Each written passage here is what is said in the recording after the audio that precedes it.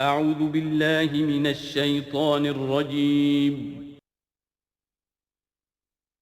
بسم اللہ الرحمن الرحیم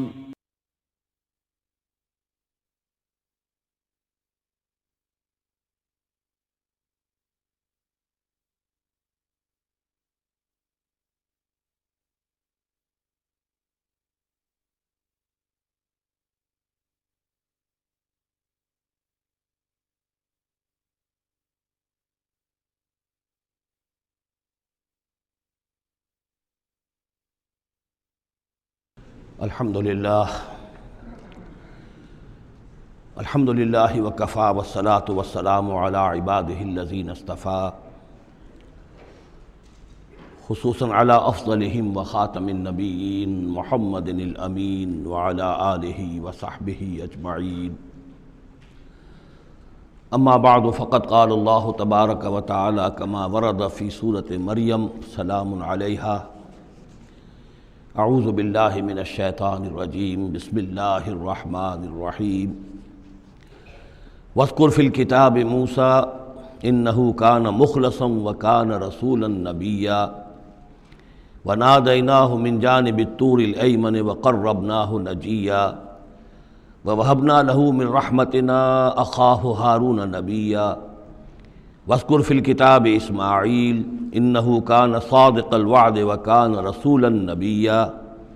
وکان یأمر اہلہ بالصلاة والزکاة وکان عند ربہ مرضیا واذکر فی الکتاب ادریس انہ کان صدیقا نبیا ورفعناہ مکانا علیا صدق اللہ العظیم رب اشرح لی صدری ویسر لی امری واحلل عقدۃ من لسانی یفقہوا قولی اللہم ربنا الہمنا رشدنا واعذنا من شرور انفسنا اللہم ارنا الحق حقا وارزقنا اتباعہ وارنا الباطل باطلا وارزقنا اجتنابہ اللہم ربنا آنس وحشتنا فی قبورنا وارحمنا بالقرآن العظیم اللہم اجعلہ لنا اماما ونورا وہدى ورحمہ اللہم ذکرنا منہ ما نسینا وعلمنا منہ ما جہلنا وارزقنا تلاوتہ آناء اللیل وآناء النہار واجعلہ لنا حجتا یا رب العالمین آمین۔ کل ہم نے سورہ مریم کا آغاز کر لیا تھا اور تقریباً نصف کا ہم ترجمہ کر چکے ہیں، لیکن یہ بات بیان ہونے سے رہ گئی کہ مکی اور مدنی صورتوں کے جس تیسرے گروپ میں اس وقت ہم ہیں، جس کی مکیات کا آغاز ہوا تھا سورہ یونس سے، تو اس میں 9 صورتیں ہم پڑھ چکے ہیں۔ جیسا کہ میں نے عرض کیا، وہ 9 صورتیں تین صورتوں کے سب گروپس کی شکل میں ہیں۔ ہر سب گروپ میں ایک جوڑا ہے جس کے اندر وہ نسبت زوجیت بتمام و کمال موجود ہے، اور ایک منفرد مزاج کی صورت ہے۔ سورہ یونس، سورہ ہود ایک جوڑے کی حیثیت سے، سورہ یوسف منفرد ہے، ایک ہی نبی کے حالات پر پوری صورت جو ہے وہ مشتمل ہے۔ پھر سورہ رعد اور سورہ ابراہیم یہ جوڑے کی شکل میں ہے۔ سورہ حجر یہ منفرد مزاج کی ہے، بلکہ اس پورے گروپ میں یہ اس اعتبار سے قدر مختلف نظر آتی ہے کہ اس کا انداز جو ہے وہ ابتدائی زمانے کی صورتوں کا ہے، مضامین کی مناسبت بھی انہی سے ہے۔ چھوٹی چھوٹی آیتیں ہیں، ردم جو ہے وہ بہت تیز ہے، صوتی آہنگ بہت نمایاں ہے، ڈیوائن میوزک جو ہے، جو ملکوتی غنا ہے، وہ اس میں بہت نمایاں ہے۔ پھر 3 صورتیں، سورہ نحل سب سے بڑی ہے اس سب گروپ میں، یہ منفرد مزاج کی ہے، لیکن اس کے بعد سورہ بنی اسرائیل اور سورہ کہف یہ ایک نہایت حسین و جمیل جوڑا ہے۔ اب پھر 3 صورتیں جو آ رہی ہیں، سورہ مریم، پھر سورہ طٰہٰ، سورہ انبیاء۔ یہاں بھی معاملہ وہی ہے کہ ان میں سے 2 صورتیں جو ہیں سورہ مریم اور سورہ انبیاء، ان میں بڑی گہری مشابہت ہے، اور یہ قصص النبیین کے انداز میں یہاں تذکرہ ہے انبیاء کرام کا، انباء الرسل کے انداز میں نہیں ہے۔ وہ جو انداز سورہ کہف، سورہ اعراف میں ہم نے دیکھا، سورہ ہود میں ہم نے دیکھا کہ رسول آئے، انہوں نے دعوت دی، قوم نے انکار کیا، قوم ہلاک کر دی گئی، یہ انداز جو انباء الرسل، ایام اللہ، اس کا نہیں ہے۔ لیکن یہ کہ ایک جو ہے اس سب گروپ میں منفرد صورت ہے، اور وہ ہے سورہ طٰہٰ۔ یہ اس اعتبار سے کہ تقریباً پوری ایک ہی رسول کے حالات پر مشتمل ہے، حضرت موسیٰ علیہ السلام۔ 8 میں سے 5 رکوع مسلسل جو ہیں وہ حضرت موسیٰ علیہ السلام کے حالات پر ہیں، اور ان کی ایک نسبت جو معنوی قائم ہو جاتی ہے اس سورہ مبارکہ کی سورہ یوسف کے ساتھ، وہ یہ ہے کہ تاریخی اعتبار سے ہمیں معلوم ہے کہ حضرت یوسف علیہ السلام کے زمانے میں بنی اسرائیل مصر میں جا کر آباد ہوئے، اور حضرت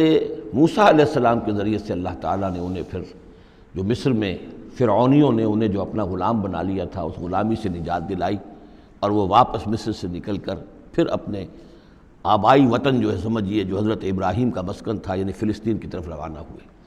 تو ان میں بھی ایک نسبت قائم تو ہو جاتی ہے لیکن وہ فاصلے سے ہے۔ سورہ مریم میں اور سورہ انبیاء میں آپ کو قصص النبیین کے انداز کا بات ملے گی، تو یہ آپ جب ہم پڑھیں گے تو بات نمایاں ہو جائے گی۔ سورہ مریم میں ہم نے اب تک جو پڑھا ہے، سب سے پہلے حضرت زکریا حضرت یحییٰ کا تذکرہ ہوا پہلے رکوع میں، دوسرا رکوع بہت طویل ہے، اس میں حضرت مریم اور حضرت عیسیٰ کا سلام علیہم ان کا تذکرہ ہوا ہے۔ تیسرے رکوع میں پھر حضرت ابراہیم علیہ السلام کا، اور ان کے ساتھ ہی پھر حضرت اسحاق اور حضرت یعقوب کا تذکرہ ہوا ہے۔ حضرت ابراہیم کے بارے میں کہا گیا کہ انہ کان صدیقا نبیّا۔ اب یہ ایک نئی ترکیب ہے کہ جو پہلی مرتبہ قرآن مجید میں آئی ہے، اور میں نے اسی لیے آج جو ہے کئی آیات تلاوت کی ہیں اگلے رکوع کی، کہ آپ یہ دیکھ سکیں کہ 2 کے بارے میں آ رہا ہے رسولا نبیّا، حضرت اسماعیل اور حضرت موسیٰ علیہ السلام رسولا نبیّا، انہ کان رسولا نبیّا، اور 2 ہی کے بارے میں آیا انہ کان صدیقا نبیّا، یعنی حضرت ابراہیم علیہ السلام اور حضرت ادریس علیہ السلام۔ تو اس میں فرق کیا ہے؟ ظاہر بات ہے کہ الفاظ مختلف ہیں، ترکیب مختلف ہے، تو یقیناً ان کا مفہوم جدا ہے، اگرچہ بہت ہی میرے علم کی حد تک کسی نے اس پر توجہ نہیں کی ہے، بلکہ ایک بہت بڑے عالم تھے جو مفسر قرآن بھی ہیں، ان سے جب میں نے تذکرہ کیا تو ان کا کہ کیا واقعی ایسا ہے؟ یعنی یہ کہ وہ تفسیر بھی لکھ چکے تھے لیکن انہوں نے توجہ نہیں کی۔ ہوتا یہ ہے کہ آدمی جب گزر جاتا ہے تیزی کے ساتھ، اگر کسی چیز کی توجہ نہیں ہوتی، کیا واقعی ایسا ہے کہ 2 کے بارے میں ہے رسول النبیہ اور 2 کے بارے میں ہے صدیق النبیہ؟ تو میں نے ان سے سوال کیا تھا کہ اس میں پھر کیا فرق ہے؟ اس کے لیے میں چاہتا ہوں کہ جو جس حد تک کہ مجھ پر وہ بات اللہ تعالیٰ نے منکشف فرمائی ہے وہ آپ پر بھی میں آپ کے ساتھ بھی شیئر کروں،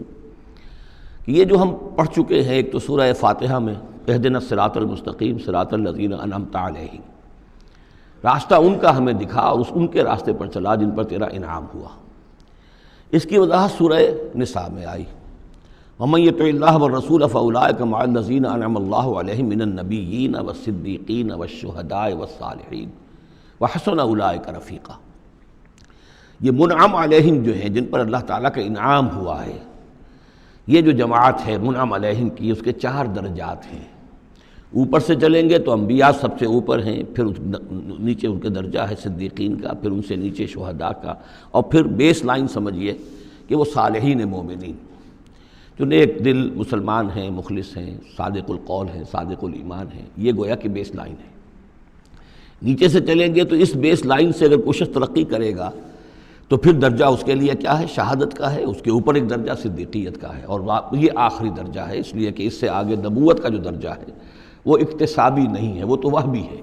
اور وہ دروازہ بھی اب بند ہو چکا، وہ ہمیشہ کے لیے وہ آؤٹ آف باؤنڈز ہے، اب نوع انسانی کے لیے وہ نبوت کا دروازہ بند ہو چکا۔ اس صدیقین اور شہداء کے درمیان کیا فرق ہوتا ہے، اس کو اب سمجھ لینا چاہیے، اور اس کو جدید سائیکالوجی کی 2 اصطلاحات کے حوالے سے آپ بڑی آسانی سے سمجھ سکیں گے۔ اللہ تعالیٰ نے عام طور پر انسانوں کو 2 مختلف مزاجوں پر بنایا ہے، ایکسٹروورٹس، انٹروورٹس۔ کچھ لوگ ہوتے ہیں کہ جو باہر کی دنیا سے انہیں زیادہ دلچسپی ہوتی ہے، کچھ کھیل کود میں، سیر میں، باغ، یہ وہ، باہر کی دنیا سے ملنا جلنا، لوگوں سے ملیں گے، وہ پبلک میں ہوں گے، مجلس میں ہوں گے تو زیادہ چہکیں گے، زیادہ خوش ہوں گے۔ کچھ لوگ برعکس مزاج کے ہوتے ہیں، وہ دروبین قسم کے لوگ ہوتے ہیں، انٹروورٹس۔ وہ اپنے خیالات ہی میں مگن رہتے ہیں، غور و فکر کرتے ہیں، سوچ بچار کرتے ہیں، انہیں تنہائی زیادہ پسند ہوتی ہے، تنہائی میں وہ زیادہ خوش رہتے ہیں۔ تو یہ ایکسٹروورٹس اور انٹروورٹس 2 مزاج ہیں بنیادی طور پر، اللہ تعالیٰ نے بنائے ہیں مختلف مزاج جو ہیں۔ اور ایک ہوتی ہے تیسری ایک کیفیت کہ جس میں یہ دونوں چیزیں بڑے توازن کے ساتھ ہو، ایمبیورٹ۔ یہ بہت شاذ ہوتا ہے، بہت شاذ ہوتا ہے، بہت کم لوگ ہوتے ہیں دنیا میں کہ جو واقعتاً اس میں توازن قائم کر سکیں، یا ادھر کا رجحان ہوگا یا ادھر کا رجحان ہوگا۔ تو جو یہ انٹروورٹس ہوتے ہیں جو غور و فکر کرتے رہتے ہیں، ان کے اندر جو ہے وہ یوں سمجھیے کہ فطرت کی جو اصل حقائق ہیں وہ کچھ زیادہ محفوظ رہتے ہیں ان کے غور و فکر کی وجہ سے۔ پھر وہ کائنات کے بارے میں بھی سوچتے ہیں تو اس کائنات کی تمام آیات الہیہ بھی گویا کہ ان سے ہم کلام ہوتی ہیں، اشارے کرتی ہیں۔ یہ وہ لوگ ہوتے ہیں کہ جن تک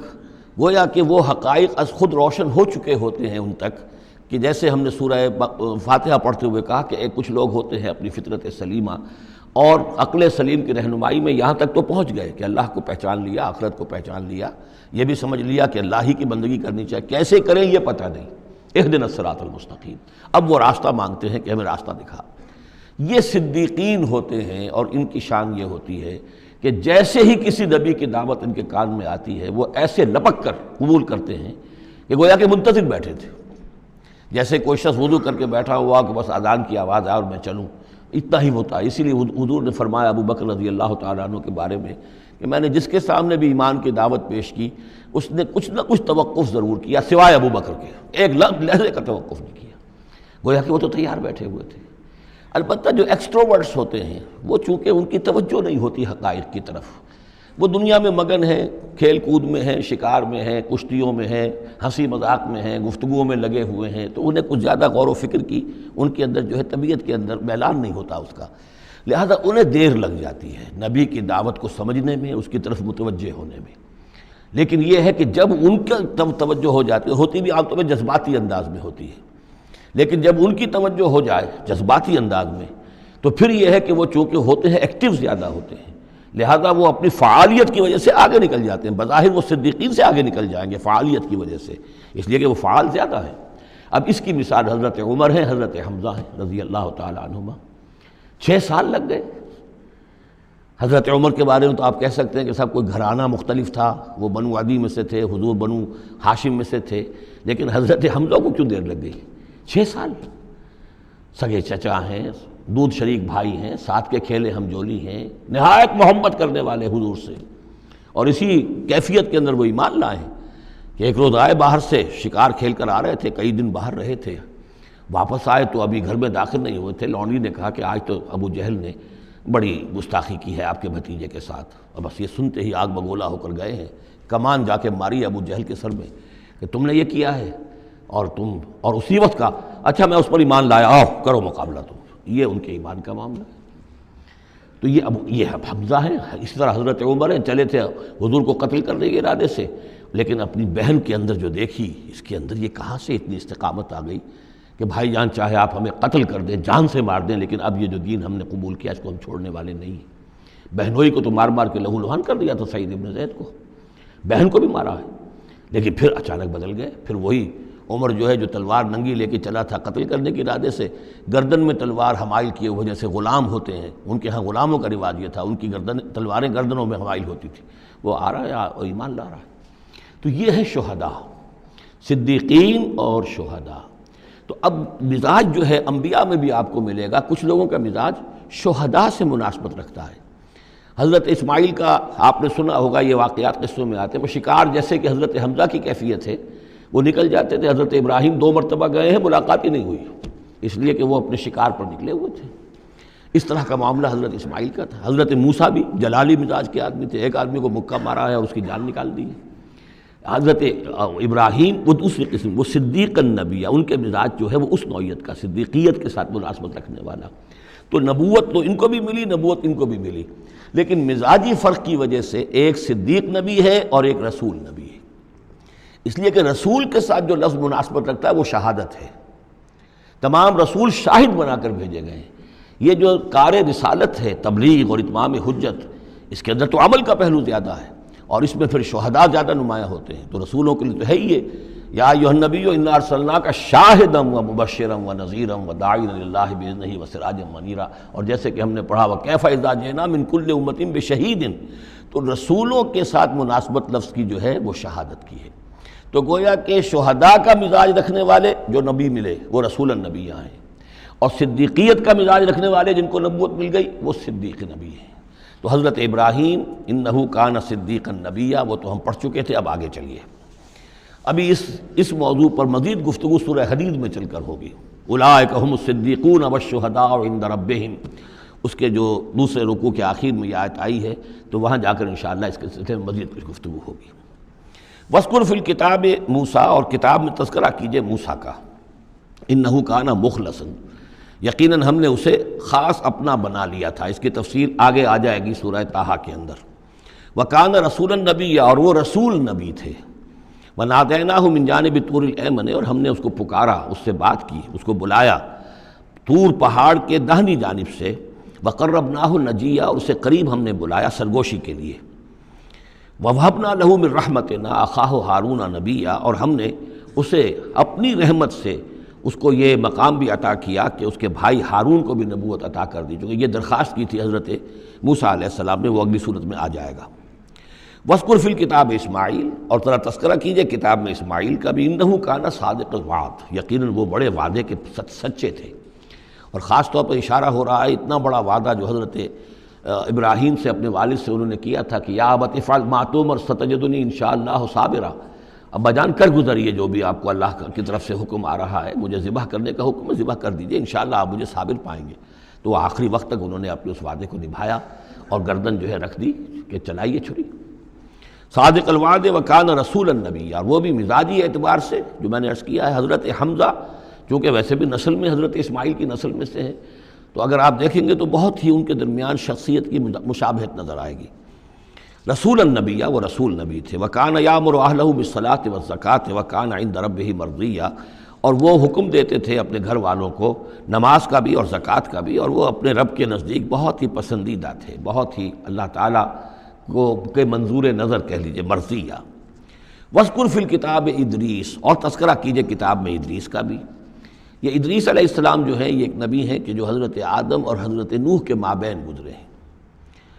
حضرت آدم اور حضرت نوح کے مابین ایک اور نبی بھی گزرے ہیں، قرآن مجید میں ذکر نہیں ہے، تورات میں، شیس علیہ السلام۔ تو نبی تو یہ ہیں، حضرت آدم پہلے نبی، پھر یہ دو اور نبی ہیں، حضرت ادریس۔ اس تورات میں ان کا نام حنوک ہے، شیس کا نام سیس ہے، وہ تو ٹھیک ہے، اور قرآن مجید میں ان کا تذکرہ بھی نہیں ہے، لیکن حضرت ادریس کا حنوک نام ہے وہاں۔ لیکن یہ کہ یہ دونوں ہیں درمیان میں حضرت آدم اور حضرت نوح علیہ السلام، پہلے رسول حضرت نوح علیہ السلام ہے، یہ دونوں نبی ہیں صرف۔ وَاذْكُرْ فِي الْكِتَابِ ادریس، اور تذکرہ کیجئے کتاب میں، اس قرآن میں، ادریس کا، اِنَّهُ كَانَ صِدِّيقًا نَبِيًّا، یقیناً وہ بھی صدیق نبی تھے، مزاجاً ان کا بھی وہی حضرت ابراہیم کے ساتھ مناسبت، صدیقیت والا مزاج۔ وَرَفَعْنَاهُ مَكَانًا عَلِيًّا، اور ہم نے انہیں اٹھایا تھا بہت بلند مقام تک۔ اب یہ اٹھانا جو ہے، ویسے تو بعض لوگوں کا خیال ہے کہ شاید وہ بھی حضرت عیسیٰ علیہ السلام کی طرح رفع سماوی ان کی ہوئی ہے، چوتھے آسمان میں حضور کی ان سے ملاقات ہوئی ہے شب معراج میں۔ لیکن ایک مفہوم اس کا یہ بھی ہے کہ اونچا مقام دینا، بلند مقام دینا، اس لیے کہ یہاں الہ نہیں ہے، وہاں جو ہے وہ رافعک الیہ، جہاں کہا گیا حضرت عیسیٰ کے بارے میں تمہیں اٹھانے والا ہوں اپنی طرف، تو اس سے مفہوم جو ہے بہت معین ہو جاتا ہے، یہاں ضروری نہیں ہے کہ وہ مفہوم لیا جائے۔ اولئک الذین انعم اللہ علیہم، دیکھیے وہی لفظ آ گیا اب، یہ ہیں وہ لوگ جن پر انعام فرمایا ہے اللہ نے، من النبیین، انبیاء میں سے۔ اب ہم کیونکہ منعم علیہم کے 4 طبقات تھے، ان میں سے یہ انبیاء کا تذکرہ ہو رہا ہے سب کا،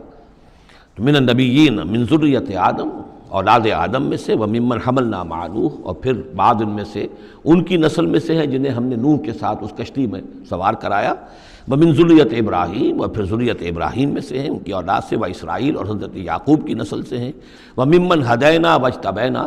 اور جنہیں کہ ہم نے ہدایت دی اور جنہیں ہم نے چن لیا، پسند کر لیا۔ اذا تتلیٰ علیہم آیات الرحمن، ان کی کیفیت یہ ہوتی تھی کہ جب رحمان کی آیات ان کو پڑھ کر سنائی جاتی تھیں، خروا سجدا و بکیا، تو وہ گر پڑتے تھے اللہ کی جناب میں سجدہ کرتے ہوئے، روتے ہوئے۔ فخلف من بعدہم خلف، پھر ان کی جگہ پر بعد میں آ گئے، ان کے جانشین ہوئے، ان کے وارث ہوئے ایسے ناخلف لوگ۔ یہ خلف کا لفظ جب آتا ہے لام کے جزم کے ساتھ، تو ناخلف یعنی ایسے لوگ کہ جو اپنے اسلاف کے کردار اور ان کی بزرگی جو ہے اس کو برباد کرنے والے، تباہ کرنے والے، ان کی نیک نامی کو بٹا لگانے والے ہوں، ناخلف۔ فخلف من بعدہم خلف، پھر ان کی اولاد میں سے ایسے ناخلف بھی پیدا ہوئے، اضاعوا الصلاۃ، جنہوں نے نماز کو تو ضائع کر دیا، واتبعوا الشہوات، اور خواہشات کی پیروی کی، شہوات، خواہشات، جذبات، فسوف یلقون غیا، تو عنقریب ان کی ملاقات ہو جائے گی گمراہی کے ساتھ، یعنی گمراہی کا جو انجام ہے یہ اس سے دوچار ہو جائیں گے۔ الا من تاب وآمن وعمل صالحا، سوائے اس کے کہ جو توبہ کریں اور ایمان لائیں اور نیک عمل کریں، فاولئک يدخلون الجنہ، وہ لوگ جنت میں داخل ہوں گے، ولا یظلمون شیئا، اور ان پر قطعاً کوئی ظلم نہیں کیا جائے گا، ان کا کوئی حق تلفی نہیں کی جائے گی، ان کے پورے اعمال کا انہیں بدلہ مل جائے گا۔ جنات عدن التی وعد الرحمن وعبادہ بالغیب، یعنی ان کو کیا ملے گا؟ وہ باغات، ریزیڈینشل گارڈن، بسنے والے باغات، رہنے والے باغات، جن کا کہ وعدہ کیا تھا رحمان نے اپنے بندوں سے غیب میں۔ یعنی ظاہر بات ہے قرآن مجید میں وعدہ ہو رہا ہے تو ابھی نہ وہ جنت ہمارے سامنے ہے، نہ خود اللہ تعالیٰ جو ہے روح در روح ہمارے سامنے ہے، ہم ایمان لا رہے ہیں اس پر غیب میں، یؤمنون بالغیب۔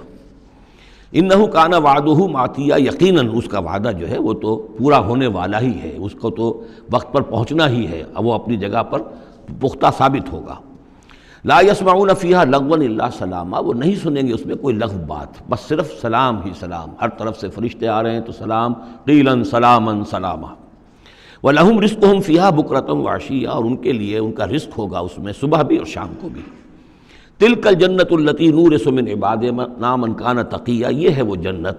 جس کے وارث بنائیں گے ہم اپنے بندوں میں سے ان کو کہ جو متقی ہوں گے، خدا ترس ہوں گے، اللہ سے ڈرنے والے ہوں گے۔ وَمَا نَتَنَزَّلُ إِلَّا بِأَمْرِ رَبِّكَ، اور اے نبی ہم نہیں نازل ہوتے مگر آپ کے رب کے حکم سے۔ لَهُ مَا بَيْنَ أَيْدِينَا وَمَا خَلْفَنَا وَمَا بَيْنَ ذَلِكَ وَمَا كَانَ رَبُّكَ نَسِيًّا، اسی کے اختیار میں ہے جو کچھ ہمارے سامنے ہے اور جو کچھ ہمارے پیچھے ہے اور جو ان دونوں کے مابین ہے، اور اے نبی آپ کا رب بھولنے والا نہیں ہے۔ یہ بہت اہم مضمون ہے، اور در حقیقت ایک مضمون کا یوں سمجھیے کہ سلسلہ شروع ہو رہا ہے جس کی پہلی کڑی یہ ہے۔ اس کو یوں سمجھیے کہ حضور صلی اللہ علیہ وسلم کو جو قرآن مجید سے شغف تھا اور محبت تھی اور شوق تھا آپ کا، تو جو وقفہ پڑ جاتا تھا وہی میں، وہ آپ پر بڑا شاخ گزرتا تھا۔ آپ چاہتے تھے کہ وہی جلدی جلدی آئے تاکہ آپ اس سے اور اپنے وجود پرنور کو مزید منور کریں۔ آپ جو ہے قرآن مجید سے جو آپ کو عشق تھا اس کے بنا پر اس میں آپ کو اجلت رہتی تھی کہ جلدی آئے قرآن۔ تو اس حوالے سے آپ نے حضرت جبرائیل سے شکوہ کیا کہ آپ وقفے وقفے سے آتے ہیں، ہم انتظار کرتے رہتے ہیں۔ اس کا یہ جواب ہے جو جہاں دیا جا رہا ہے، وَمَا نَتَنَزَّلُ إِلَّا بِأَمْرِ رَبِّكَ، اے نبی ہم اپنی مرضی سے نہیں نازل ہو سکتے، ہم نہیں نازل ہوتے مگر آپ کے رب کے حکم سے۔ لَهُ مَا بَيْنَ أَيْدِينَا، یہ بہت ہی یعنی یوں سمجھیے کہ گہرے الفاظ ہیں۔ لَهُ مَا بَيْنَ أَيْدِينَا وَمَا خَلْفَنَا، جو ہمارے آگے ہے اس کا اختیار بھی اللہ ہی کا ہے، جو ہمارے پیچھے ہے اس کا اختیار بھی اللہ ہی کا ہے۔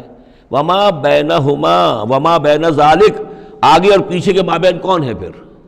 ہم، میں، میرا وجود، میرے آگے میرے پیچھے، اور ان دونوں کے درمیان کون ہے؟ میں گویا کہ بالکلیہ اللہ تعالیٰ کے حکم کے تابع ہوں۔ فرشتے کی یہی شان ہے کہ فرشتہ جو ہے یفعلون ما یؤمرون، جو حکم ملتا ہے، لا یعصون اللہ ما امرہم، ان کا معاملہ یہ ہے کہ جو بھی اللہ کا حکم ہے گویا کہ وہ تو اس سے سرتابی نہیں کرتے، سرے منہ اس میں فرق نہیں ڈالتے۔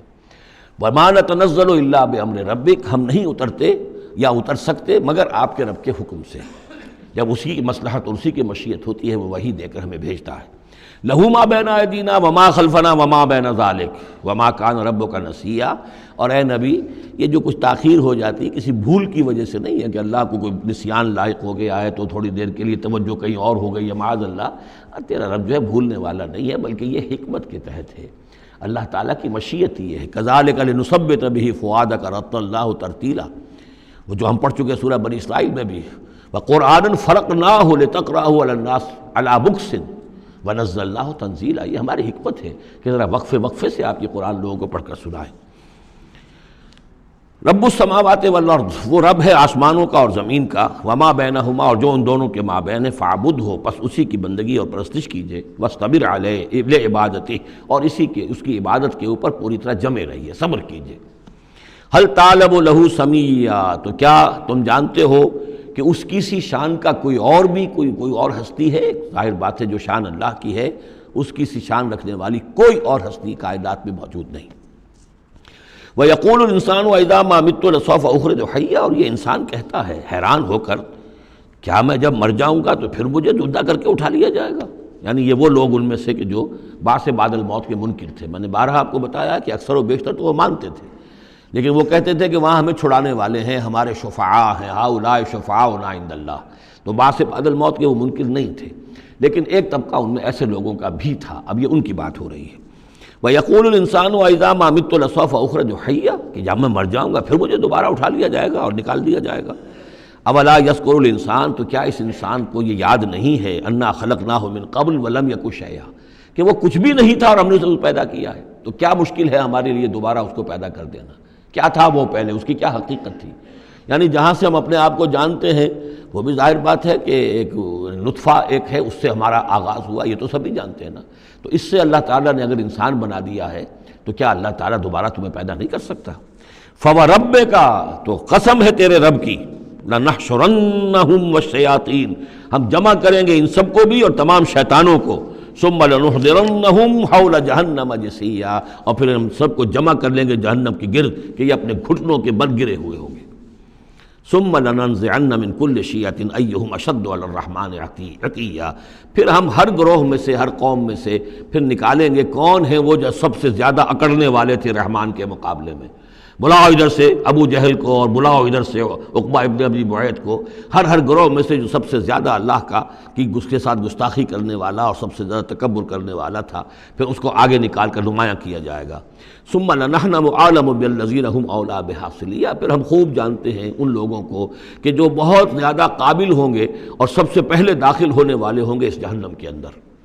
وَإِن مِّنكُمْ إِلَّا وَارِدُهَا کان علی ربک حتما مقضیا، اور تم میں سے کوئی بھی نہیں ہے مگر یہ کہ اسے ایک مرتبہ جہنم پر آنا ہوگا۔ یہ فیصلہ ہے تیرے رب کا حتمی، طے شدہ، حتماً مقضیہ۔ اس کا جو مفہوم سمجھا گیا ہے میں اسے اتفاق کرتا ہوں کہ اصل میں وہ پل صراط جس کا تذکرہ جو ہے آئے گا سورہ حدید میں بھی اور پھر سورہ تحریم میں بھی، جس کو ہم پل صراط کہہ دیتے ہیں، الصراط ہے وہ، یہی صراط مستقیم جس پر ہم چل رہے ہیں، یہ عالم برزخ کے اندر جا کر اور قیامت کے دن جو ہے یہی پل صراط بن جائے گا اور یہ جہنم کے اوپر ہوگا۔ گویا کہ اس پر سے گزر کر لوگ داخل ہوں گے جنت کے اندر، تاکہ مشاہدہ کر لیں کہ اللہ تعالیٰ نے کس چیز سے ہمیں بچایا ہے، اور وہاں پر جو جہنمی ہے وہ ٹھوکریں کھا کھا کر اس میں گرتے جائیں گے کیونکہ ان کے پاس روشنی نہیں ہوگی۔ یہ مضمون جو ہے کھل کر آئے گا سورہ حدید میں اور سورہ تحریم میں۔ تو یہ فرمایا کہ آنا تو ہر ایک کو پڑے گا، ہر انسان کا گزر اس پر ہوگا، تاکہ اور اس میں یہ کہ یقیناً جو بچا لیے جائیں گے ان کے دل میں کس قدر اللہ تعالیٰ کی کہ اس رحمت کا اور مغفرت کی قدر کتنی ہوگی کہ اللہ نے ہمیں کس انجام سے بچایا ہے۔ وَإِن مِّنكُمْ إِلَّا وَارِدُهَا كَانَ عَلَى رَبِّكَ حَتْمًا مَقْضِيًّا ثُمَّ نُنَجِّي الَّذِينَ اتَّقَوْا، پھر وہاں سے ہم نجات دے دیں گے، بچا کر لے جائیں گے ان لوگوں کو جنہوں نے کہ تقویٰ کی روش اختیار کی تھی دنیا میں، وَنَذَرُ الظَّالِمِينَ فِيهَا جِثِيًّا، اور چھوڑ دیں گے ظالموں کو اسی میں پڑے ہوئے، وہ وہاں پر پڑے جائیں گے، گرتے جائیں گے اور اہل ایمان اور اہل تقویٰ نکل جائیں گے۔ وَإِذَا تُتْلَىٰ عَلَيْهِمْ آيَاتُنَا بَيِّنَاتٍ، اور جب انہیں ہماری روشن آیات پڑھ کر سنائی جاتی ہیں، قَالَ الَّذِينَ كَفَرُوا لِلَّذِينَ آمَنُوا، تو کہتے ہیں یہ کافر لوگ اہل ایمان سے، اَيُّ الْفَرِيقَيْنِ خَيْرٌ مَقَامًا وَأَحْسَنُ نَدِيًّا، دونوں جماعتوں میں سے، دونوں گروہ میں سے کن کے مکان و مقام بہتر ہیں اور کن کی مجلسیں بہت اچھی ہیں۔ یعنی اے مسلمانوں دیکھو، تم اور تمہارے رسول محمد صلی اللہ علیہ وسلم اور ان کے گرد جو لوگ بیٹھے ہوتے ہیں، نہ ان کے پاس دنیاوی دولت ہے، نہ حیثیت ہے، نہ وجاہت ہے، ایک ہم ہیں۔ دیکھو ذرا ابو جہل کی مجلس جا کے دیکھو کتنی آباد ہے، بڑے بڑے چودھری لوگ آ کر اس کے پاس بیٹھتے ہیں۔ ذرا کہیں جا کر ولید بن مغیرہ کی چوپال دیکھو، اس کی چوپال جو ہے اس کی کیا شان ہے۔ تو یہ وہی بات جو کہ ہم سورہ کہف میں پڑھائے ہیں، جو دو افراد کے مابین مکالمہ ہوا تھا کہ اس نے کہا تھا کہ میرے پاس مال زیادہ، انا اکثر منک مالا واعز نفرا۔ اسی طرح انہوں نے کہا کہ ای الفریقین خیر مقاما واحسن ندیا، کہ دو گروہ دیکھ لو تمہارے سامنے ہیں، ایک معلوم ہوتا ہے کہ مفلس ہیں، کلاش ہیں، غلام لوگ ہیں، ان کے ساتھ بیٹھے ہوئے ہیں، بلال بیٹھا ہوا ہے، وہاں وہ ابو فقی بیٹھا ہوا ہے، یہ جو عمار ہے اور یہ فلاں ہے اور یہ یاسر ہیں، یہ لوگ ہیں۔ ادھر جا کر دیکھو وہ کتنی سج دھج کے ساتھ، شان و شوکت کے ساتھ ان کی محفلیں ہیں، کیا کچھ ساز و سامان ہے، کیسے قالین بچھے ہوئے ہیں۔ ای الفریقین خیر مقاما واحسن ندیا وکم اہلکنا قبلہم من قرن، اور ہم نے ان سے پہلے کتنی ہی قوموں کو ہلاک کیا ہے، ہم احسن و اساسا وریا، وہ ان سے بھی کہیں بڑھ کر تھے اپنے اساس البیت، اساس جس کو ہم اساسہ کہتے ہیں، ساز و سامان میں اور نام و نمود میں، شان و شوکت میں، ریا، ان کی شان و شوکت ان سے بھی کہیں بڑھ کر تھی، اور وہ ہلاک ہوئے۔ قوم عاد اور قوم سمود یہ سب کا، اور قوم شعیب۔ قل من کان فی الضلالۃ فلیمدد لہ الرحمن مدا، اے نبی ان سے کہہ دیجئے جو شخص بھی ضلالت میں، گمراہی میں ہے، تو اللہ کا یہ طریقہ ہے، قاعدہ ہے کہ اللہ تعالیٰ اسے پھر اور ڈھیل دیتا ہے، رسی دراز کرتا ہے، اس کو اور نعمتیں دے دیتا ہے۔ حتیٰ اذا رأوا ما یوعدون، یہاں تک کہ جب اچانک وہ وقت آ جائے گا کہ جس کے ان کو دھمکی دی جا رہی ہے، اما العذاب و اما الساعہ، یا تو دنیا میں عذاب آ جائے، عذاب ہلاکت، عذاب استحصال، یا قیامت، فسیعلمون، تب وہ جان لیں گے، من ہوا شر مکانا واضعف جندا، کہ کون ہے جو اپنے مقام اور مرتبے کے اعتبار سے بدتر ہے، اور کون ہے کہ جو لشکر اور اپنے لاؤ لشکر کے اعتبار سے کمزور تر ہے۔ اس وقت پتہ چلے گا کہ محمد زیادہ طاقتور تھے صلی اللہ علیہ وسلم، یا ابو جہل زیادہ طاقتور تھا۔ آخرت میں جا کر حقیقت کھل جائے گی۔ اس وقت تو یہ ایک سراب ہے، نظر آ رہا ہے، ایک ڈرامہ ہے، کھیل ہو رہا ہے، حقیقت جو ہوگی وہ منکشم ہو جائے گی اس دن۔ وَيَزِيدُ اللَّهُ الَّذِينَ اهْتَدَوْا هُدًى، اور اللہ تعالیٰ ان لوگوں کی ہدایت میں اضافہ کرتا ہے جو ہدایت کی راہ اختیار کرے۔ اللہ بڑھاتا ہے ان لوگوں کو ہدایت میں کہ جنہوں نے ہدایت اختیار کی۔ والباقیات الصالحات خیر عند ربک ثوابا وخیر مردا، اور یقیناً نیک باقی رہنے والے تو وہ نیک عمل ہے۔ یہ مال و دولت باقی رہنے والا نہیں ہے، یہ تو یہیں کی شے یہیں رہ جائے گی۔ باقیات الصالحات، بقا اگر ہے، دوام ہے انسان کے ساتھ، اس عالم آخرت میں جانے والی کوئی شے ہے تو باقیات الصالحات ہے، وہ تو نیک کام ہے۔ خیر عند ربک ثوابا، وہ یقیناً تیرے رب کے نزدیک بہت بہتر ہیں بدلے کے اعتبار سے بھی، وخیر مردا، اور اس اعتبار سے بھی کہ لوٹ کر جایا جائے ان کے پاس۔ جب ہم وہاں پہنچیں گے ہمیں اپنے اعمال جو ہیں وہاں منتظر ملیں گے، ان کی جزا، بلکہ یہ کہ کہا جائے گا یہ تمہارے اعمال ہی ہیں، ان کی شکل بدل گئی ہے۔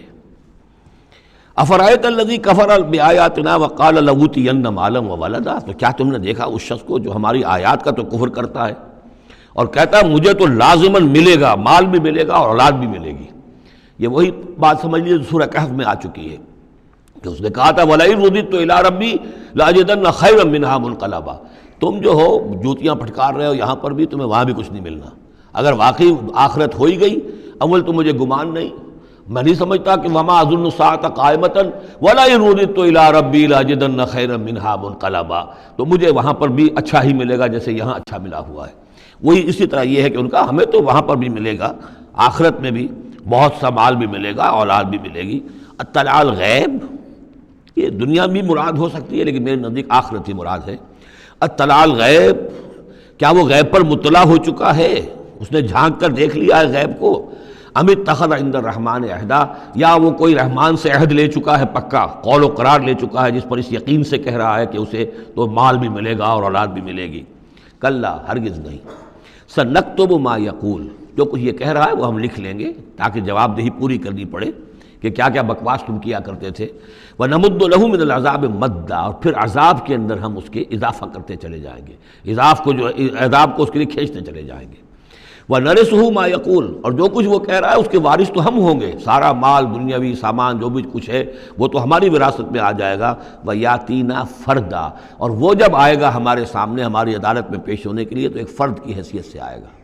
نہ اولاد ساتھ ہوگی، نہ مال، نہ خدم، نہ حشم، نہ قوم، نہ ہم نشین، نہ حاشیہ نشین، کوئی نہیں ہوگا۔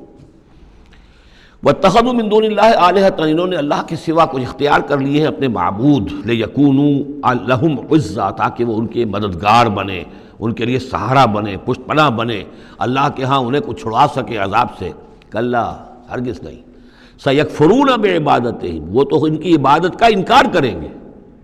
جیسا کہ پہلے بھی آ چکا ہے، وہ فرشتے ہوں، اولیاء اللہ ہوں، انبیاء ہوں، حضرت عیسیٰ ہوں، شیخ عبد القادر جیلانی ہوں، کوئی بھی ہو، ان کا تو وہ تو کفر کریں گے، تم کیا کہہ رہے ہو، ہمیں تو معلوم بھی نہیں تھا کہ تم ہم سے دعائیں کرتے رہے اور ہمیں سمجھتے رہے کہ ہم تمہیں چھڑا لیں گے۔ سَيَكْفُرُونَ بِعِبَادَتِهِمْ، وہ انکار کریں گے ان کی عبادت کا۔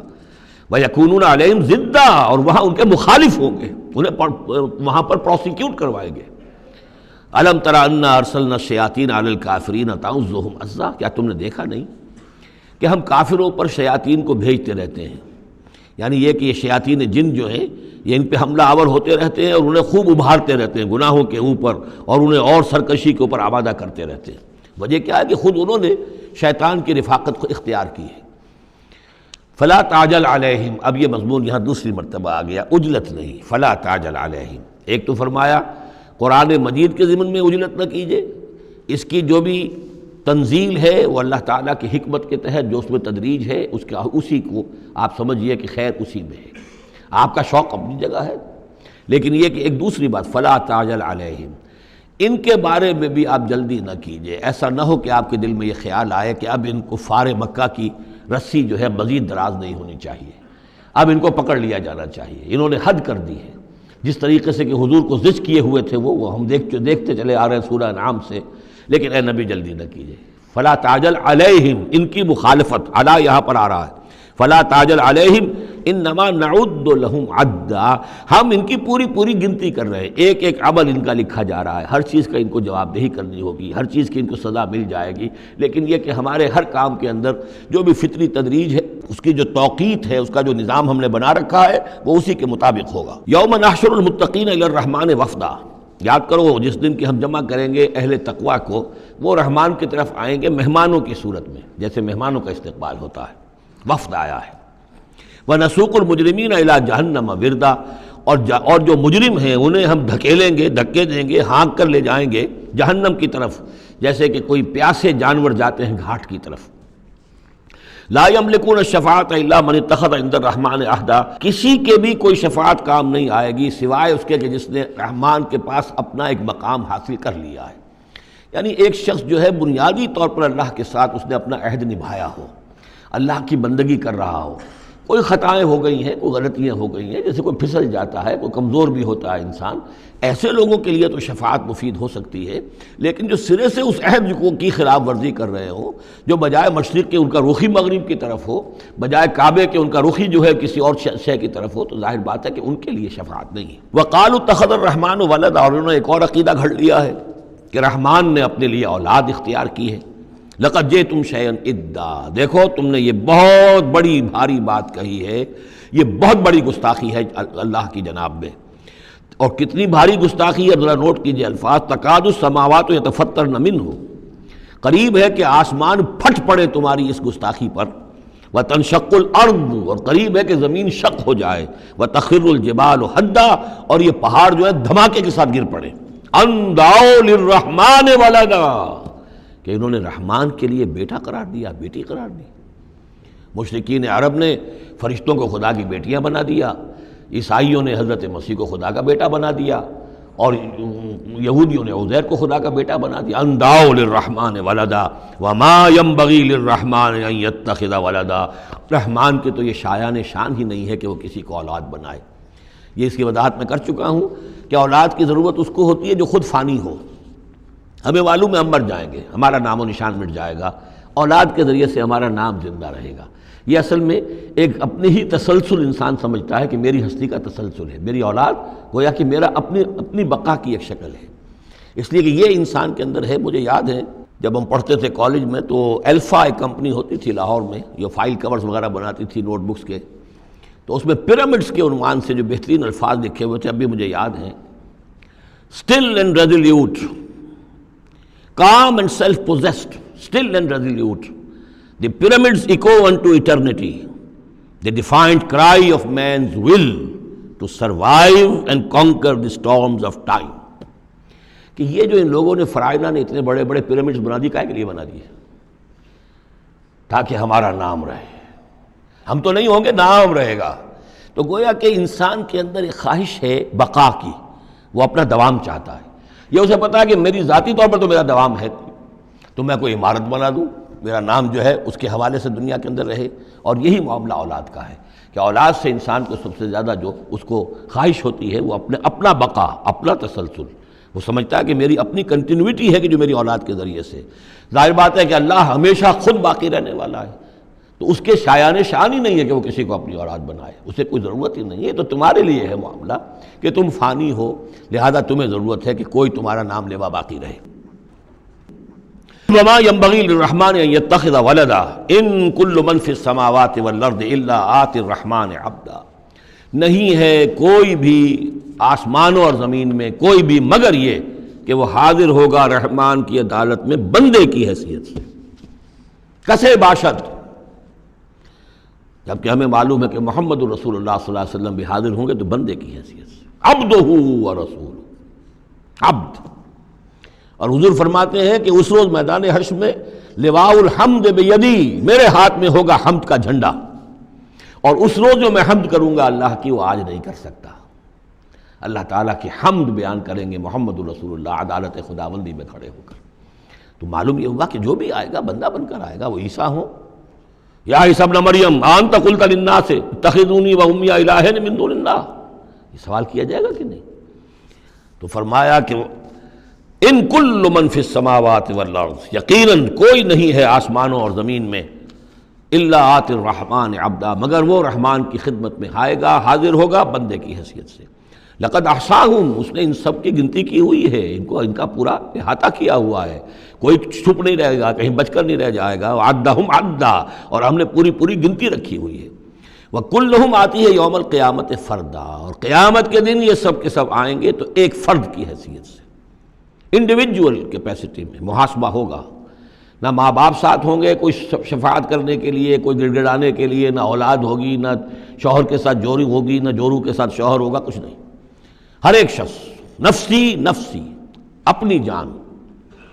وَكُلُّهُمْ آتی ہے یوم القیامت فردا، میری جو کتاب ہے سابقہ اور موجودہ مسلمان امتوں کا ماضی، حال اور مستقبل، اس میں ایک چیپٹر ہے قرآن کا قانون عذاب، کہ عذاب جو قوموں کے اوپر آتا ہے وہ دنیا میں آتا ہے، آخرت کا عذاب جو ہے وہ افراد کے لیے ہے۔ محاسبہ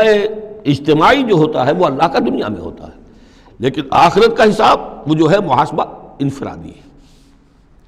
ان الذین آمنوا وعملوا الصالحات سیجعل لهم الرحمن ودا، یقیناً جو لوگ ایمان لائے اور جنہوں نے نیک عمل کیا، ان قریب رحمان ان کے لیے محبت پیدا کر دے گا، یعنی لوگوں کے دلوں میں محبت ڈال دے گا۔ یہی ابو بکر ہوں گے جن کا نام کس تعظیم سے لوگ لیا کریں گے، کس محبت سے لیا کریں گے۔ یہی بلال ہوں گے جن کی جو تعظیم ہوگی، جن کی کتنی محبت کی جائے گی۔ ابھی ذرا وقت ہے، کٹھن ہے۔ سیجعل لهم الرحمن ودا، حدیث میں بھی آتا ہے کہ اللہ تعالیٰ جو ہے اپنے کسی بندے سے محبت کرتا ہے تو پہلے فرشتوں کو، جبرائیل سے کہا جاتا ہے کہ میں اپنے اس بندے سے محبت کرتا ہوں، اعلان کر دو۔ وہ فرشتوں میں اعلان کرتے ہیں، ان کے دل میں اس کی محبت ڈال دی جاتی ہے، پھر وہ عام دنیا میں اور لوگوں کے اندر اس کی ایک محبت ڈال دی جاتی ہے۔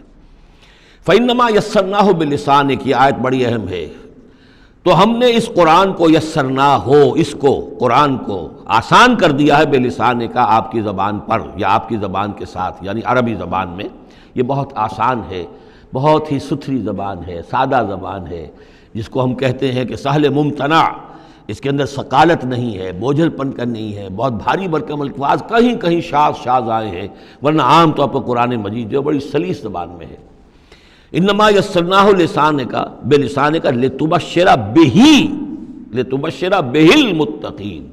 تاکہ آپ بشارت دیں اس کے ذریعے سے متقیوں کو، وتنذر بہ قوما لدا، اور اس کے ذریعے سے انذار فرمائے۔ یعنی آپ کی دعوت کا مرکز و محور اور آپ کا آلہ جو ہے، آلہ دعوت، آلہ انقلاب، وہ قرآن مجید ہے۔ انذار کیجئے قرآن کے ذریعے، تبشیر کیجئے قرآن کے ذریعے، تذکیر کیجئے قرآن کے ذریعے۔ فذکر بالقرآن من یخاف وعید، تذکیر ہو، واعظ ہو قرآن کے ذریعے۔ یا ایھا الناس قد جاءتکم موعظۃ من ربکم، اس سے بڑا واعظ اور کوئی نہیں۔ تزکیہ نفس ہو قرآن کے ذریعے سے، شفاء لما فی الصدور یہ ہے، سورہ یونس میں بھی آ چکا، سورہ بنی اسرائیل میں بھی آ چکا۔ وَنُنَزِّلُ مِنَ الْقُرْآنِ مَا هُوَ شِفَاءٌ وَرَحْمَةٌ لِّلْمُؤْمِنِينَ، تو قرآن مجید ہی در حقیقت دعوت اور تربیت کا اور تعلیم کا گویا کہ اس کا محور ہے، مرکز و محور۔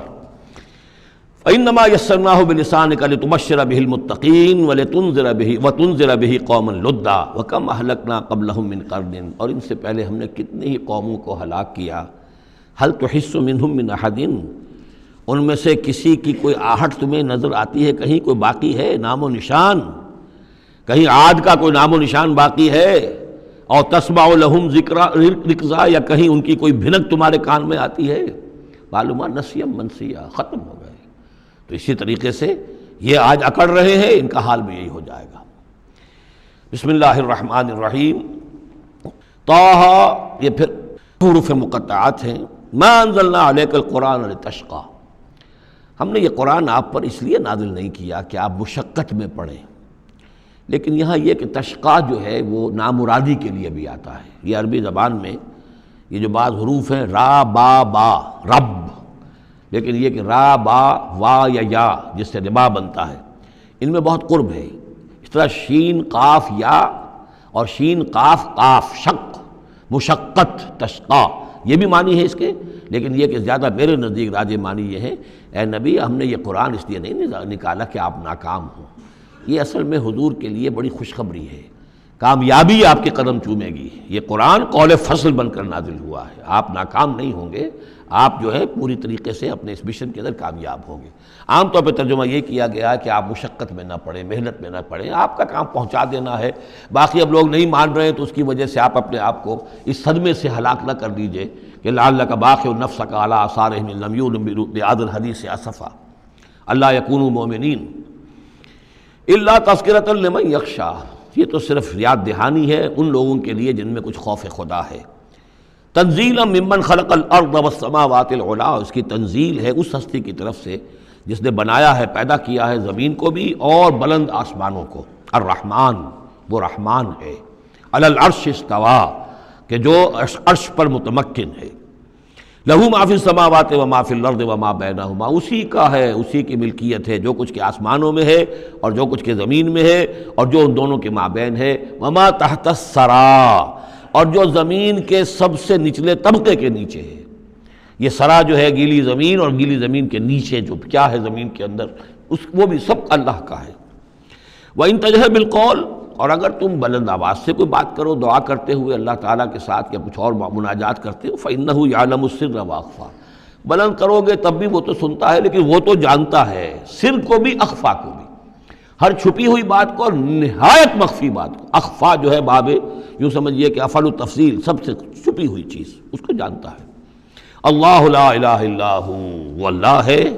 جس کے علاوہ کوئی معبود نہیں۔ لہ الاسماء الحسنی، تمام اچھے نام اسی کے ہیں۔ اب یہاں سے شروع ہو گیا حضرت موسیٰ علیہ السلام کا قصہ۔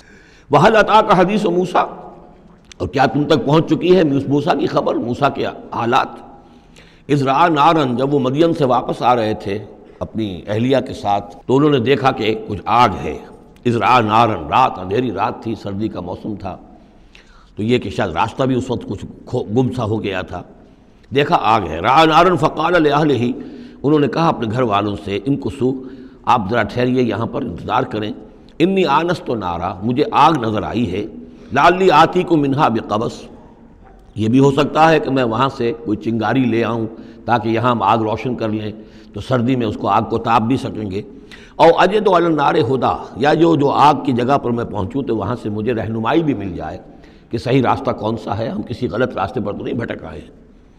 فلما اتاہا، جب پہنچے اس آگ کے قریب،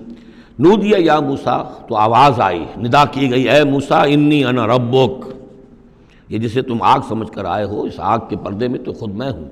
میں تیرا رب ہوں، انی انا ربک، میں تیرا پروردگار ہوں، فخلع نعلیک، اپنی جوتیاں اتار دو، انک بالوادی المقدس طویٰ، اس لیے کہ اس وقت تم ایک بڑے پاک وادی میں، مقدس میں، طویٰ میں ہو، وانا اخترتک، اور میں نے تمہیں اختیار کر لیا ہے، پسند کر لیا ہے، چن لیا ہے، ایک بڑے مشن کے لیے تمہارا سلیکشن ہو گیا ہے۔ فاستمع لما یوحیٰ، تو اب ذرا توجہ سے سنو جو وحی تم پر کی جا رہی ہے۔ اننی انا اللہ لا الہ الا انا، یہ مقام اس اعتبار سے قرآن مجید میں بہت منفرد ہے کہ جو انانیت کبریٰ ہے، اللہ کی انانیت کبریٰ جس طرح ان الفاظ میں قرآن مجید میں ظاہر ہوئی ہے، میرے علم کی حد تک کوئی دوسرا مقام نہیں ہے۔ یا علامہ اقبال نے یہ الفاظ استعمال کیے نا کہ ایک تو ہماری انائے صغیر ہے، دی اسمال ایگو، میں، ایک ہے بڑی ego, the great I am, the infinite ego, وہ اللہ کی جو انا ہے، انائے کبیر، اس انائے کبیر کا جس طرح سے ظہور ہوا ہے قرآن مجید میں اس مقام پر اور کس جگہ نہیں۔ اننی انا اللہ لا الہ الا انا، یقیناً میں ہی ہوں، میں ہوں اللہ اور میرے سوا کوئی معبود نہیں، فاعبدنی، بس میری ہی بندگی کرو، میری ہی پرستش کرو، واقم الصلاۃ لذکری، اور نماز قائم رکھو میری یاد کے لیے، ان الساعۃ آتیۃ، اور یہ بات بھی یاد رکھو قیامت آ کر رہے گی، اکاد اخفیہا، میں اسے مخفی رکھوں گا، لتجزی کل نفس بما تسعی، تاکہ بدلہ مل جائے ہر شخص کو، ہر جان کو جو کچھ کہ اس نے کوشش کی ہو۔ فلا یصدنک عنہا من لا یؤمن بہا، تو دیکھنا تمہیں کہیں روگرداں نہ کر دیں وہ لوگ کہ جو اس پر ایمان نہیں رکھتے، جو آخرت کو نہیں مانتے، کہیں تمہیں بھی آخرت سے برگشتہ نہ کر دیں یا نماز سے برگشتہ نہ کر دیں، یہ عنہا کی ضمیر دونوں طرف جا سکتی ہے۔ واتبع ہواہ، وہ لوگ کہ جو اس سے آخرت سے خود جو ہے روگردان ہیں اور جنہوں نے کہ اپنی خواہشات کی پیروی کی ہوئی ہے، فتردہ، تو تم بھی ہلاک ہو جاؤ گے اور تم بھی گڑھے میں گرو گے۔ وما تلک بیمینک یا موسیٰ، اور اے موسیٰ تمہارے یہ داہنے ہاتھ میں کیا ہے؟ قال ہی عصای، کہا یہ میرا عصا ہے، اتوکأ علیہا۔ اس میں نکتہ نکالا ہے مفسرین نے کہ دیکھیے جو اللہ تعالیٰ سے مخاطبت اور مکالمے کا جو ایک ذوق حاصل ہو رہا ہے، تو جواب اتنا ہی کافی تھا یہ میرا عصا ہے، لیکن آگے بڑھا رہے ہیں بات کو، یہ میرا عصا ہے، اتوکأ علیہا، میں اس پہ ذرا ٹیک لگا لیا کرتا ہوں، واحش بہا علی غنمی، اور میں اپنی بکریوں کے لیے اس سے پھر پتے جھاڑتا ہوں درختوں سے، وَلِيَ فِيهَا مَآرِبُ أُخْرَى، اور میرے اور بھی بہت سے کام ہیں جو اس لاٹھی سے، اس عصا سے میں لیتا ہوں۔ قال القها یا موسیٰ، فرمایا ذرا ڈال دو زمین پر اس کو اے موسیٰ، فالقاها، تو انہوں نے ڈال دیا، فَإِذَا هِيَ حَيَّةٌ تَسْعَىٰ، تو وہ تو دیکھتے ہی دیکھتے ایک سانپ بن گیا، چلتا ہوا دوڑتا ہوا۔ قال خذها ولا تخف، ایک دوسرے مقام پر آپ دیکھیں گے کہ حضرت موسیٰ پر اتنا خوف طاری ہوا کہ پیٹھ موڑ کر بھاگے وہاں سے، وَلَّا مُدْبِرًا، وہاں سے بھاگے، لیکن یہ کہ اللہ نے فرمایا موسیٰ ڈرو نہیں، واپس آؤ اور اس کو پکڑو، یہاں وہ تفصیل نہیں ہے۔ قال خذها ولا تخف، فرمایا اس کو پکڑ لو اور ڈرو نہیں، سنعیدها سیرتها الاولی، ہم اسے لوٹا کر واپس لے جائیں گے اس کی پرانی شکل پر، پرانی سیرت پر۔ وَاضْمُمْ يَدَكَ إِلَىٰ جَنَاحِكَ، اور ذرا اپنا ہاتھ جو ہے وہ اپنی بغل کے ساتھ ملاؤ، تخرج بیضاء، پھر جب نکالو گے تو وہ نکلے گا بالکل سفید ہو کر روشن، من غیر سو، بغیر اس کے کہ اس میں کوئی بیماری پیدا ہوئی، وہ برس نہیں ہوگا، اس میں برس نہیں بلکہ یہ کہ بغیر کسی مرض کے وہ چمکتا ہوا ہوگا سفید۔ آیتن اخری، یہ دوسری نشانی ہے۔ تو یہ دو نشانیاں ہم نے تمہیں دی ہیں، لنریک من آیاتنا الکبریٰ، تاکہ ہم دکھائیں تمہیں اپنی بڑی نشانیاں، ان میں سے کچھ نشانیاں، یہ دو نشانیاں ہم نے دی ہیں۔ اذهب الی فرعون انہ طغیٰ، اب جاؤ فرعون کی طرف، وہ بہت سرکش ہو گیا ہے، اس کی سرکشی جو ہے وہ اب حد سے تجاوز کر رہی ہے، تو جاؤ اور اسے دین کی دعوت دو، خیر کی دعوت دو، اور خاص طور پر یہ بھی کہو کہ بنی اسرائیل پر ظلم نہ کرے، اور اسے انہیں واپس جانے دے جہاں سے وہ آئے تھے، فلسطین سے۔ قال رب اشرح لی صدری، یہ دعا بڑی اہم ہے، ہر شخص کو یاد ہونی چاہیے، جو بھی کوئی بھی دین کی دعوت کا کام کرنا چاہے تو اس کے لیے یہ دعا جو ہے اس کو یاد کرنا۔ حضرت موسیٰ نے دعا کی، پروردگار میرے ذرا سینے کو کھول دے اس کے لیے، اس کام کے لیے، اس بڑے مشن کے لیے جو میرے حوالے کر رہا ہے، ویسر لی امری، اور یہ بھاری کام جو ہے اسے میرے لیے آسان کر دے، واحلل عقدۃ من لسانی، اور میری زبان میں لکنت ہے، اے پروردگار اس لکنت کو، اس عقدے کو کھول دے، یفقہوا قولی، تاکہ وہ میری بات اچھی طرح سمجھ سکیں۔ لکنت والا شخص جو ہے ظاہر بات جب گفتگو کرتا ہے تو لوگوں کو سمجھنے میں دقت ہوتی ہے۔ وَاجْعَلْ لِي وَزِيرًا مِّنْ أَهْلِي، ایک اور درخواست میری یہ ہے کہ میرا ایک وزیر بنا دیجئے میرے خاندان میں سے۔ وزیر وزر سے ہے بوجھ اٹھانے والا، یعنی ذمہ داریوں میں کوئی مدد کرنے والا، سہارا بننے والا۔ تو وَاجْعَلْ لِي وَزِيرًا مِّنْ أَهْلِي، میرے اپنے خاندان میں سے ہارون اخی، اور خود اس سجسٹ کر دیا میرے بھائی ہارون کو اس کام میں، اشدد بہ اذری، اس کے ذریعے سے میری قبر کو مضبوط کر دے، اور اشرکہ فی امری، واشرکہ فی امری، اسے میرے اس کام میں شریک کر دے، کہ نسبحک کثیرا، تاکہ ہم دونوں مل کر پھر تیری تسبیح کریں کثرت کے ساتھ، ونذکرک کثیرا، اور تیرا ذکر کریں کثرت کے ساتھ، انک کنت بنا بصیرا، یقیناً پروردگار تو ہمیں دیکھ رہا ہے ہمارے حالات سے، کا تو خود جو ہے وہ چشمدید گواہ ہے۔ قال قد اوتیت سؤلک یا موسیٰ، فرمایا کہ ٹھیک ہے موسیٰ، گرانٹڈ، یور ریکویسٹ گرانٹڈ، قد اوتیت سؤلک یا موسیٰ، اے موسیٰ جو تم نے سوال کیا، جو درخواست کی، وہ سب ہم نے منظور کی۔ وَلَقَدْ مَنَّا عَلَيْكَ مَرَّةً أُخْرَىٰ، اور ہم نے تو تم پر ایک مرتبہ اور بہت بڑا احسان کیا تھا۔ اِذْ أَوْحَيْنَا إِلَىٰ أُمِّكَ مَا يُوحَىٰ، جبکہ ہم نے تمہاری ماں کو وحی کی تھی جو تمہیں وحی کی جا رہی ہے۔ اب تمہیں ہم بتا رہے ہیں کہ ہم نے اس وقت کیا وحی کی تھی۔ وہ وحی کیا تھی؟ کیونکہ اس زمانے میں بھی طے تھا کہ تمام جو ہے بنی اسرائیل میں جو بیٹا بھی پیدا ہو اس کو قتل کر دیا جائے، صرف بیٹی کو زندہ رکھا جائے۔ تو بھی حضرت موسیٰ علیہ السلام کی جو والدہ ہیں ان کو اللہ تعالیٰ نے یہ حکم الہام کے ذریعے سے یا وحی کے ذریعے سے جو بھی تھا وہ بھیج دیا تھا۔ اب کہہ دیا تھا اقذفیہ فی التابوت، کہ اس کو ذرا ایک صندوق میں بند کرو، فاقذفیہ فی الیم، اور پھر اسے دریا میں ڈال دو، فلیلقہ الیم بالساحل، دریا اسے ساحل پر لے جائے گا، ساحل پر رکھ دے گا۔ یاخذہ عدو لی و عدو لہ، اور پھر وہاں وہ شخص اس کو پکڑ لے گا، اس کو لے لے گا، اس صندوق کو، اور صندوق میں جو بچہ ہے اس کو، جو میرا بھی دشمن ہے اس کا بھی دشمن ہے۔ لیکن یہ کہ ہم بچائیں گے۔ اب اس سے آگے جو ہے حضرت موسیٰ کی والدہ سے کیا کہا، اس سے آگے اب خود اپنی بات شروع کر دی اللہ تعالیٰ نے. یہ اللہ قرآن کا یہ اسلوب ہے، پوری بات نہیں، باقی یہ کہ فل ان دی گیپس، باقی ساری گفتگو جو ہے وہ آپ خود جو ہے اس پورے سیاق و سباق سے سمجھ سکتے ہیں. وَأَلْقَيْتُ عَلَيْكَ مَحَبَّةً مِّنِّي، اور ہم نے اے موسیٰ تمہارے اوپر اپنی خاص ایک محبت کا پرتو ڈال دیا. بڑی موہنی صورت، بڑی موہنی صورت، دیکھتے ہی گرویدہ ہو جائیں. اب اللہ نے کہا محبتم منی، القیت علیک محبتم منی، یعنی یہ کہ وہ پورا نقشہ اب یہاں پر جو ہے کہ وہ ساحل میں وہ صندوق ڈال دیا گیا، وہ چلتا گیا، اور اس ساتھ ہی اس کی بہن سے، حضرت موسیٰ کی بڑی بہن تھی، ہمشیرہ تھی، کہہ دیا کہ ساحل کے ساتھ ساتھ تم جاتے بھی رہو، چلتی رہو، دیکھو کہاں جاتا ہے، یہ کیا ہوتا ہے. اور اس نے جا کے بتا بھی دیا کہ وہ محل میں پہنچ گیا ہے صندوق. وہ صندوق کھولا گیا، بچہ نکل آیا، اور اس وقت جو ہے وہ تو قتل کرنے پر تلا ہوا تھا فرعون، لیکن یہ کہ وہ حضرت آسیہ جو تھی بنی اسرائیل ہی میں سے اور بڑی نیک عورت تھی، اور وہ فرعون کے گھر میں تھی اس وقت، انہوں نے کہا کہ قرۃ لی ولک، یہ قرۃ عین لی ولک، یہ میری اور تمہاری لیے آنکھوں کی ٹھنڈک بنے گا، ہمیں اللہ نے اولاد نہیں دی، اسے قتل نہ کرو. اور ادھر اللہ تعالیٰ نے ایسا ان کے چہرے کے اوپر جو ہے وہ ایسے اثرات پیدا کر دیے تھے کہ دیکھتے ہی کوئی شخص جو ہے وہ بالکل ان کا گرویدہ ہو جائے. وَأَلْقَيْتُ عَلَيْكَ مَحَبَّةً مِّنِّي، میں نے خاص اپنی طرف سے تمہارے اوپر ایک اپنی محبت کا پرتو ڈالا. وَلِتُصْنِعَ عَلَىٰ عَيْنِي، اور یہ اس لیے کیا ہم نے تاکہ دشمن بھی جو تمہارے گرویدہ ہو جائیں اور پھر تمہاری پرورش ہو. تصنع، تمہیں بنایا جائے، مصنع جس کو کہتے ہیں کارخانہ. اب وہ کارخانہ تربیت کا کارخانہ محل ہے. تصنع علی عینی، ہماری نگاہوں کے سامنے تمہاری تربیت ہو. اس تمشی اختوں کا، جب تمہاری بہن چلتی ہوئی وہاں تک پہنچ گئی، فتقول هل ادلکم علی من یکفلہ، ہوا یہ کہ اللہ تعالیٰ نے حضرت موسیٰ علیہ السلام کو حکم دے دیا تھا بچے کی حیثیت ہی سے کہ کسی بھی دائی کا اور دایا کا جو دودھ جو ہے وہ نہ پیے. اب انہوں نے بہت سی عورتیں بلائی کہ جن کا یہ دودھ پی سکے تاکہ بچے کو پالنا، آخر کیسے پلائے، لیکن یہ کہ وہ کسی کا دودھ پی نہیں رہا ہے.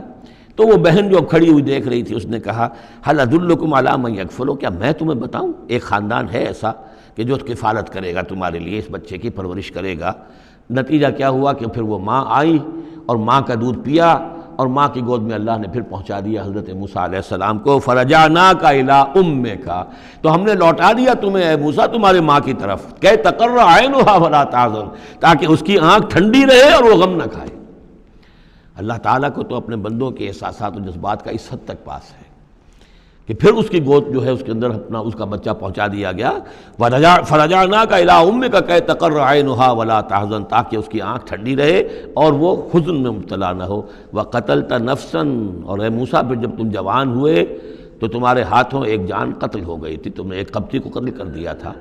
فنجیناک من الغم، تو ہم نے تمہیں اس غم سے نجات دی. وفتناک فتونا، اور پھر تمہیں بہت سے امتحانات میں سے گزارا، بہت سی آزمائشوں میں سے گزارا، بہت سی بھٹیوں میں سے گزارا. فلبثت سنین فی اہل مدین، یہ سورہ قصص میں آئے گی ساری تفصیل، جس کو یہاں پر 2-3 آیتوں میں بیان کیا گیا ہے، اس کی تفصیل سورہ قصص میں.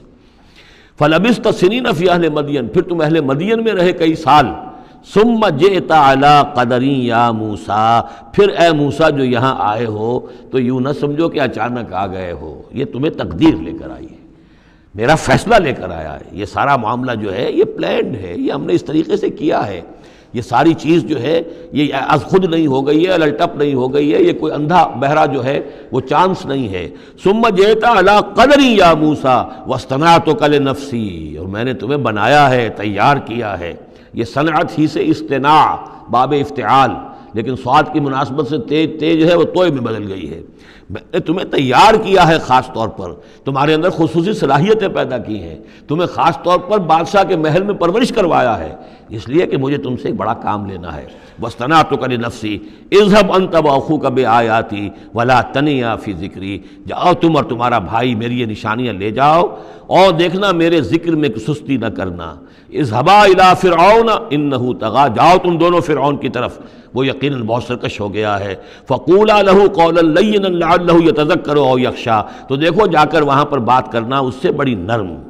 ایسا تاکہ شاید کہ وہ سوچے یا اس کے دل میں بھی خوف پیدا ہو جائے. قالا ربنا اننا نخاف ان یفرط علینا، انہوں نے کہا پروردگار ہمیں تو اندیشہ یہ ہے کہ وہ اچانک ہم پر پھٹ پڑے، بھڑک اٹھے اور ہمارے اوپر بھبک پڑے اور یطغی یا ہم پر کوئی زیادتی کرے. قال لا تخافا فرمایا نہیں تم دونوں ڈرو نہیں، اننی معکما اسمع و ارا، میں تم دونوں کے ساتھ ہی ہوں، ہر بات سنوں گا بھی، سنتا بھی ہوں، دیکھوں گا اور دیکھتا ہوں۔ بارک اللہ لی ولکم فی القرآن العظیم ونفعنی وإیاکم بالآیات والذکر الحکیم۔